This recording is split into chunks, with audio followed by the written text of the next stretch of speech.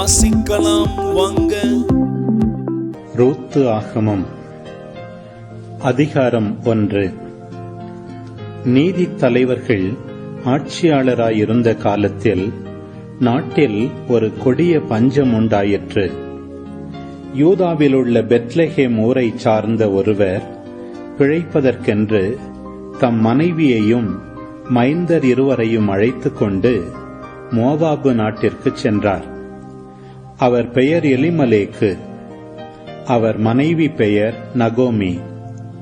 மைந்தர் இருவரின் பெயர்கள் மக்லோன், கிலியோன் என்பன. அவர்கள் யூதாவிலிருந்த பெத்லெகேமை சார்ந்த எப்ராத்து குடியினர். அவர்கள் மோவாபு நாட்டை அடைந்து அங்கு வாழ்ந்து வந்தார்கள். அவர்கள் அங்கே இருந்த காலத்தில் எலிமலேக்கு இறந்து போனார். எனவே நகோமி தம் இரு மைந்தரை தவிர வேறு துணையற்றவரானார். அவ்விருவரும் மோவாபு நாட்டு பெண்களை மணந்து கொண்டனர். ஒருவர் பெயர் ஓர்பா, மற்றவர் பெயர் ரூத்து. அவர்கள் பிழைக்க வந்து ஏறத்தாழ 10 ஆண்டுகள் ஆயின. பிறகு மக்லோனும் கிலியோனும் இறந்து போயினர். நகோமி தம் கணவரையும் இரு மைந்தரையும் இழந்து தன்னந்தனியராய் விடப்பட்டார். நகோமியின் சொந்த நாட்டில் ஆண்டவர் தம் மக்களை கருணையுடன் கண்ணோக்கி அவர்களுக்கு உணவு கிடைக்கும்படி செய்தார். இதை நகோமி மோவாபு நாட்டில் இருந்தபோதே கேள்விப்பட்டார். எனவே அவர் மோவாபு நாட்டை விட்டு போக ஏற்பாடு செய்தார். பிறகு அவரும் அவருடைய மருமக்கள் இருவரும் தாங்கள் இருந்த இடத்தை விட்டு யூதா நாட்டுக்கு பயணமானார்கள்.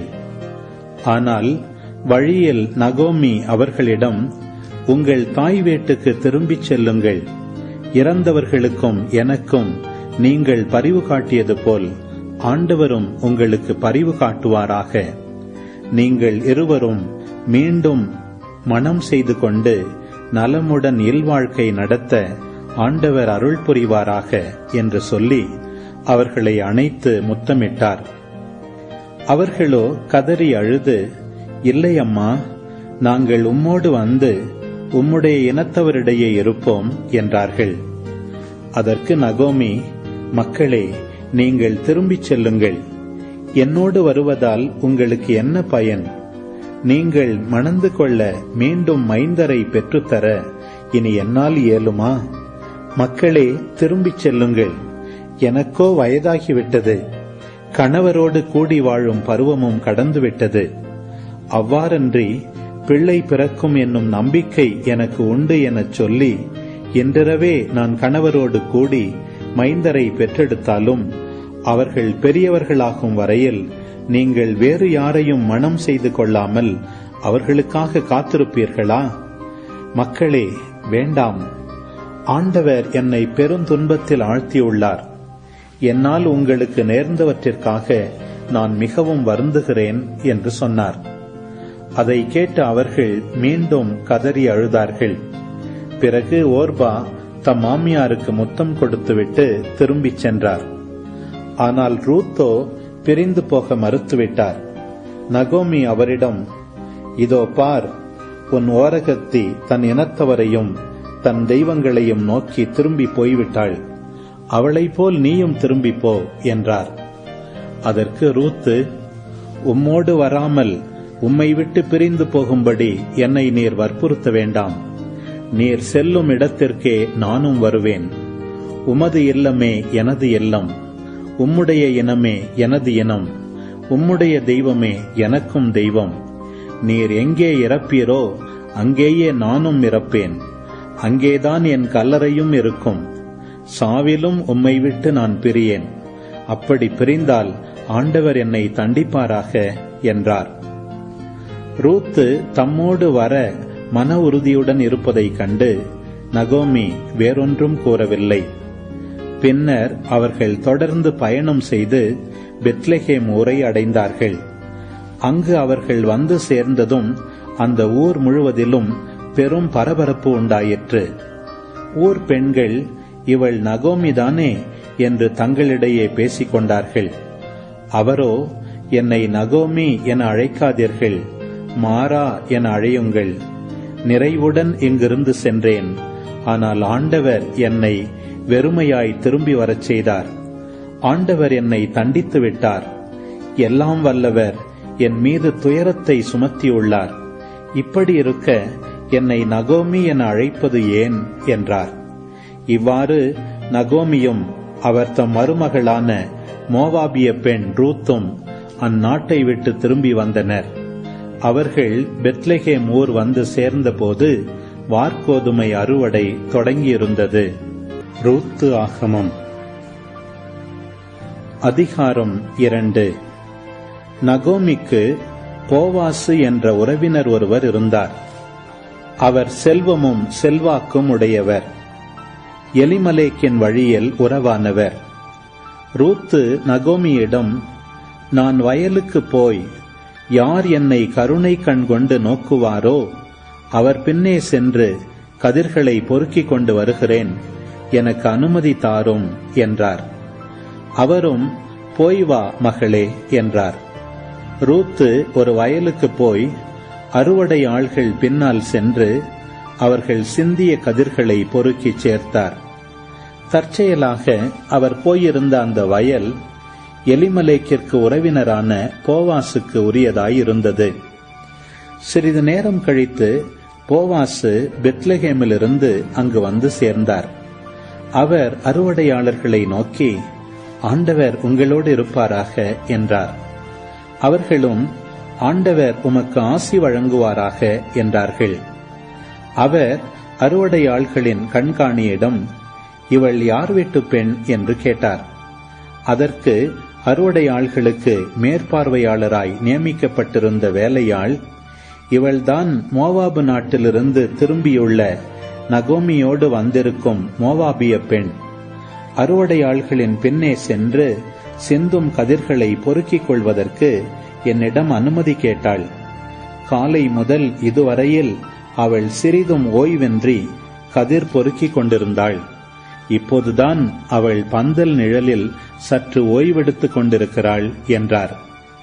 பிறகு போவாசு ரூத்தை நோக்கி, பெண்ணே, நான் சொல்வதை கேள். இந்த வயலை தவிர வேறு எந்த வயலுக்கும் போய் நீ கதிர் பொறுக்க வேண்டாம். என் வயலில் வேலை செய்யும் பெண்களுடன் இங்கேயே இரு.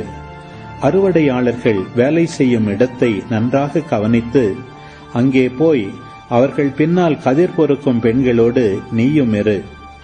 எந்த வேலைக்காரனும் உனக்கு தொந்தரவு கொடுக்க கூடாதென நான் கட்டளையிட்டிருக்கிறேன். உனக்கு தாகம் எடுத்தால் அவர்கள் நிரப்பி வைத்துள்ள பாண்டங்களிலிருந்து தண்ணீர் அருந்திக்கொள் என்றார்.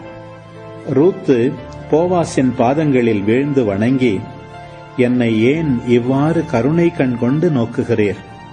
அயல் நாட்டு பெண்ணாகிய என்னை ஏன் இவ்வளவு பரிவுடன் நடத்துகிறீர் என்று கேட்டார். போவாசு, உன் கணவன் இறந்ததிலிருந்து உன் மாமியாருக்காக நீ செய்துள்ள அனைத்தையும் கேள்விப்பட்டேன். உன் தந்தையையும் தாயையும் சொந்த நாட்டையும் துறந்துவிட்டு முன்பின் தெரியாத ஓர் இனத்தாருடன் வாழ நீ வந்திருப்பது எனக்கு தெரியும். நீ செய்துள்ள அனைத்திற்கும் ஆண்டவர் உனக்கு தகுந்த பலனளிப்பார். இஸ்ரவேலின் கடவுளான ஆண்டவருடைய இறக்கைகளின் அரவணைப்பை நீ தேடி வந்திருக்கிறாய். அவர் உனக்கு முழு நிறைவான பலனை அருள்வார் என்றார். அதற்கு ரூத்து, ஐயா, கருணை மிகும் கண் கொண்டு நோக்குகின்றீர். உம்முடைய பணிப்பெண் அல்லாத என்னை கனிமொழி கொண்டே தேற்றுகின்றீர் என்றார். உணவு வேளை வந்ததும் போவாசு ரூத்திடம், இங்கே வந்து இந்த அப்பத்தை எடுத்து புளித்த திராட்சை ரசத்தில் தோய்த்து சாப்பிடு என்றார். அவரும் அவ்வாறே போய் அறுவடை ஆள்களுடன் உட்கார்ந்து கொண்டார். போவாசு அவருக்கு வறுத்த பயரும் கொடுத்தார். அவர் பசிதீர உண்ட பின்னும் சிறிதளவு உணவு எஞ்சியது. பிறகு அவர் மீண்டும் கதிர் பொறுக்க எழுந்து சென்றார். போவாசு தம் அறுவடை ஆள்களிடம், அரிக்கட்டுகள் கிடக்கும் இடத்திலும் அவள் கதிர் பொறுக்கட்டும், அவளை யாரும் அதட்ட வேண்டாம். மேலும் கட்டுகளிலிருந்து சில கதிர்களை உருவி போட்டு விடுங்கள், அவள் பொறுக்கிக் கொள்ளட்டும், யாரும் அவளை தடுக்க வேண்டாம் என்று கட்டளையிட்டார். அவருடைய வயலில் ரூத்து மாலை வரை கதிர்களை பொறுக்கிச் சேர்த்தார். அவற்றை தட்டி புடைத்து நிறுத்தபோது வார்கோதுமை ஏறத்தாழ 20 படி இருந்தது. அவர் அதை எடுத்துக்கொண்டு ஊருக்குள் சென்று தம் மாமியாரிடம் காட்டினார். அவர் உண்ட பின் எடுத்து வைத்திருந்த உணவையும் அவரிடம் கொடுத்தார். அவர் தம் மாமியார் அவரிடம், இன்று எந்த வயலில் கதிர் பொறுக்கினாய்?